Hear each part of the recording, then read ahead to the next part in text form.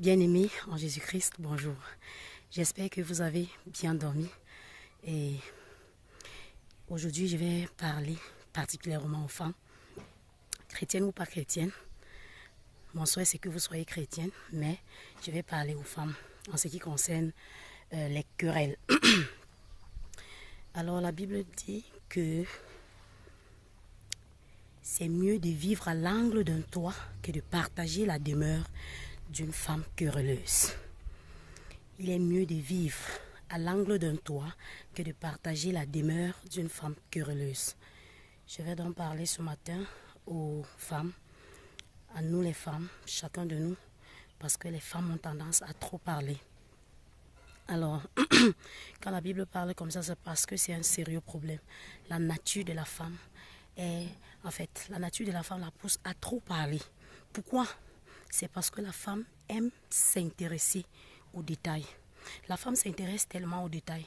C'est la raison pour laquelle quand il y a une situation, elle veut relater tous les détails. Et de la même façon, lorsqu'il y a un problème, elle voudrait parler. Et en fait, elle voudrait entrer dans tous les détails. Or, l'homme n'aime pas ça. L'homme aime les globalités, l'homme aime les généralités. Ce qui fait que quand la femme se retrouve en train de parler, parler, ça dérange beaucoup les hommes.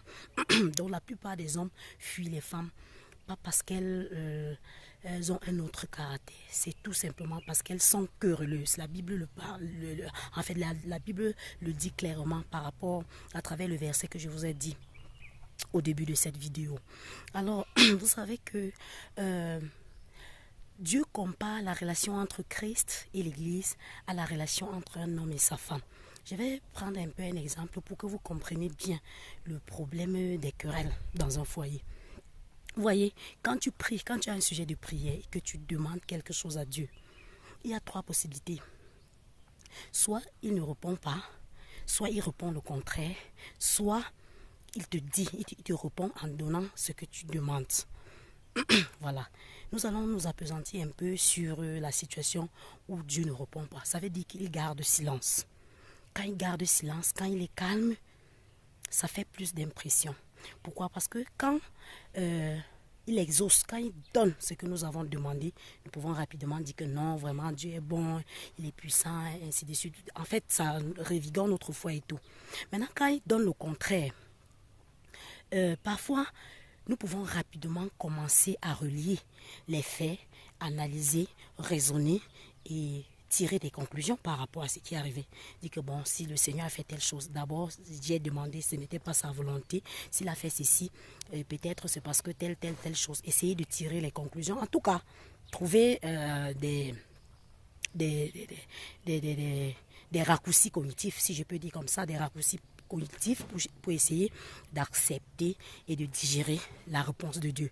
Maintenant, quand il ne répond pas, quand il garde silence, parfois, nous continuons à prier, mais on a tendance à se poser des questions. Peut-être il y a un péché qui bloque l'exaucement de ma prière. Peut-être. Donc, au bout du compte, nous voyons tout simplement que lorsqu'il y a le silence, ça fait plus d'impression. Quand il y a silence, ça fait plus d'impression. Du coup, comme Dieu compare la relation entre Christ et l'Église à la relation entre l'homme et la femme, j'exhorte les femmes, pas à demeurer dans le silence, mais à prendre un peu le calme. Lorsque la situation est difficile, lorsque tu te retrouves dans une situation où ça te met dans tous tes états, comme les femmes savent très bien le faire, se mettre dans tous les états, parler, dire des choses qui n'ont pas de sens. Tu te calmes. Parfois même c'est mieux de rester silencieuse. Si tu es silencieuse, ça sera plus bien pour toi, parce que en parlant, quand tu te mets à parler, parfois tu dis des choses que tu regrettes après. Alors que si tu es calme, tu vas prendre le temps, tu vas peut-être réfléchir.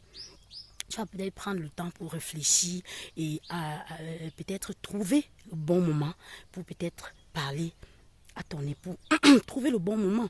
Et entre-temps, tu réfléchis aussi pour trouver les bons mots. Oui, c'est très important. Ça, c'est très important. Parce que ce n'est pas parce qu'un problème est est important, est très important. Tu trouves que c'est important d'en parler, qu'il faut trouver les solutions, qu'il faut dire à n'importe quel moment et n'importe comment. Non, non, non, non, non, non, non.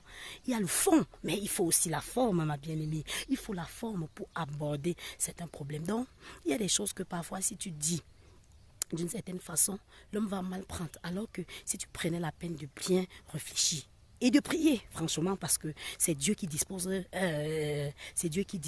cœurs. Hein. Il dit dans Proverbe 21, verset 1, que le cœur du roi est un courant d'eau entre les mains de l'Éternel. Il l'incline où il veut. Donc, si tu as envie que ton époux fasse des choses d'une certaine façon, peut-être pour votre bien commun, prends la peine de prier que Dieu incline son cœur. Prends la peine de prier que Dieu incline son cœur. Et la Bible dit que nous sommes morts au péché, que le chrétien est mort au péché. Quand on dit que mort au péché, ça signifie que pour le péché, tu n'existes plus. Quand le péché va te tapoter, quand la colère va te tapoter, quand l'irritation va te tapoter, quand la querelle va te tapoter, tu vas pas bouger. Oui, apprends ça, ma bien-aimée. Et tu vas voir que les choses seront différentes. Les choses vont aller de manière différente, de manière positive dans ta relation avec ton époux et même dans ta relation avec Dieu. Oui, parce qu'il faut signaler que les inquiétudes, l'inquiétude, le doute, tout ça là, pour le Saint-Esprit, c'est les querelles. Oui. Parce que comme Dieu compare la relation entre Christ et l'Église à la relation entre l'homme et la femme, sache que les choses qui vont chasser, comme les choses qui chassent l'homme, c'est les querelles. Les querelles renvoient sur le plan spirituel à l'inquiétude, au doute, aux plaintes et tout. Oui, c'est des choses qui vont faire que le Saint-Esprit s'endorme, que le Saint-Esprit s'éloigne, que le Saint-Esprit ne te donne plus les conseils qu'il faut. Ah, bien-aimé, tu as reçu le conseil. Mets-le en pratique et tu verras les choses différentes dans ta vie. Si vous avez aimé la vidéo, n'oubliez pas de partager, de liker, de commenter. Et je rappelle toujours que sur cette chaîne, nous donnons des astuces pratiques pour éduquer les enfants selon la perspective de Dieu. Nous vous parlons de votre relation avec Dieu, comment elle peut influencer ta relation avec toi-même et ta relation avec les autres. Et nous encourageons également les gens à marcher selon la discipline de Jésus, parce que n'oubliez jamais, si l'ennemi intérieur n'existe pas, l'ennemi extérieur n'existe pas non plus. Demeurez bénis et demeurez en paix.